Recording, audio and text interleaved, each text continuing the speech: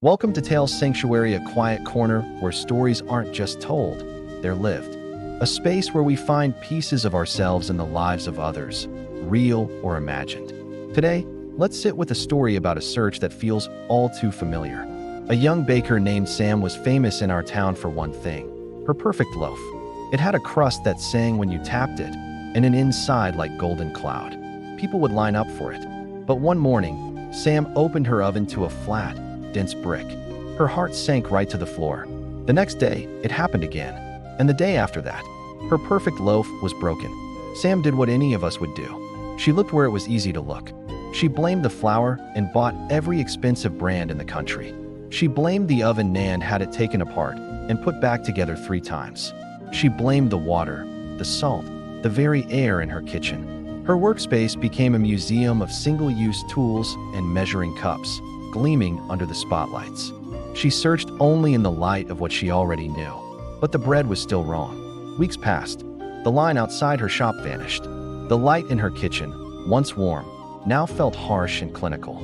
Exhausted, defeated, Sam did the only thing she hadn't done. She stopped. She turned off all the bright kitchen lights, sat on the floor in the quiet gloom of the pre-dawn, and just breathed.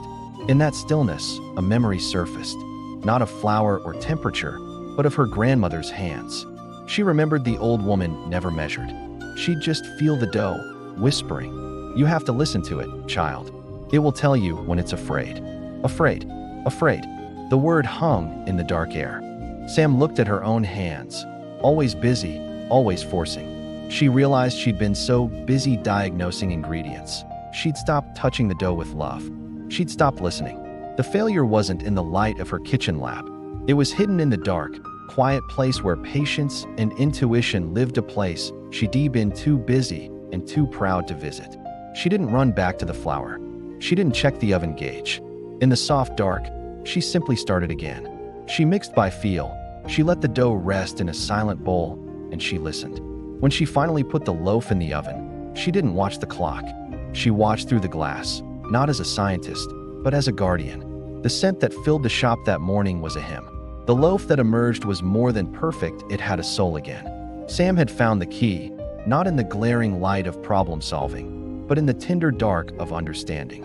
She'd been looking for a broken part, when all along, she just needed to mend her attention. We so often search for answers where the light is best in logic and blame and more effort, when the real truth is waiting patiently in the quiet, dark corners we avoid.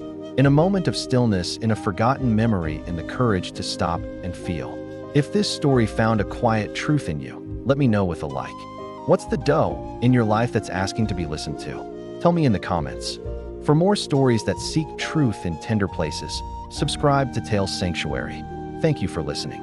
Until next time, be gentle with your searches.